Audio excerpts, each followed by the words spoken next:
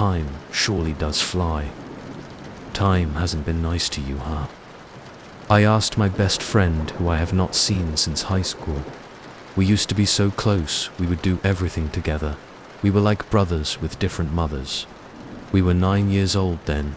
We met at a skate park in Sogod. I tumbled whilst performing a trick. Well, attempted to. He made fun of me and tried to replicate it, only to meet the same fate. We spent all afternoon impressing each other, and at the end of the day we scheduled another duel. He remarked, "Same time tomorrow," and I agreed. And then we met up the next day, and the day after, and days ever since that incident at the skate park. Little by little we became closer and closer. Summer would end and school would approach, and it just so happened we were classmates, which strengthened our bond even more. We were 10. This was one hell of a ride.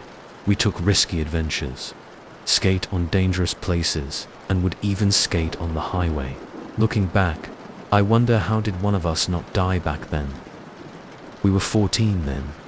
We barely passed first year high school. We were suffering the burn of second year high school. Yet these days were the best times of our lives. We went on adventures, but now less risky ones, because when we were 10, we got into an accident during one of our adventures. It nearly cost us our lives. In this age, we cut classes, cheat on test, get in trouble together. We nearly even drowned. And there was this one time that we were just watching the sunset on a hill we spent a whole afternoon climbing. We just sat there drinking soda and eating chips and talking about future plans.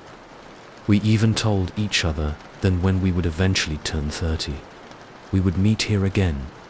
We promised each other that day that we would have each other's back no matter what. Few years pass. We were 17 then. He broke to me sudden news that they were moving out of the country to the States. When he gave that news to me, I was in denial. I kept reassuring myself it was just a prank, some kind of joke. I kept asking him if it was real. He kept saying yes, while I kept asking him the same question.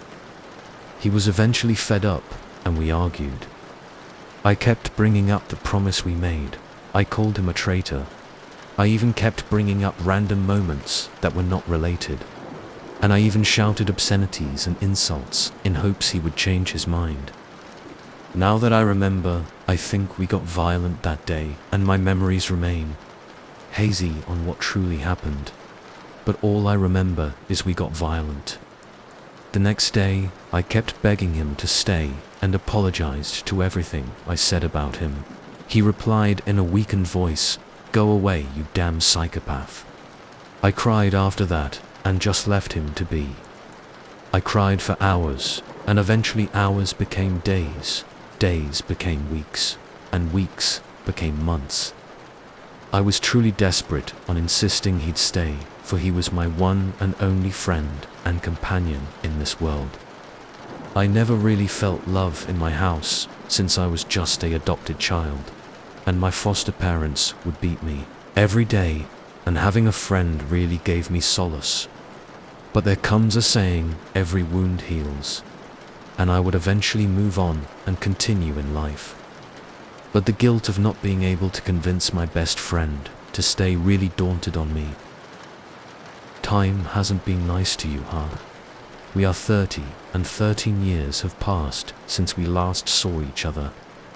As I look below him, I think he's still mad. It wasn't my intention to kill him. He just wouldn't stay. Could you blame me? His rotten remains merely look upon me with disgust. I think he's a little immature, because it was kind of his fault. I reassured to him that a lot from me has changed since we were 17.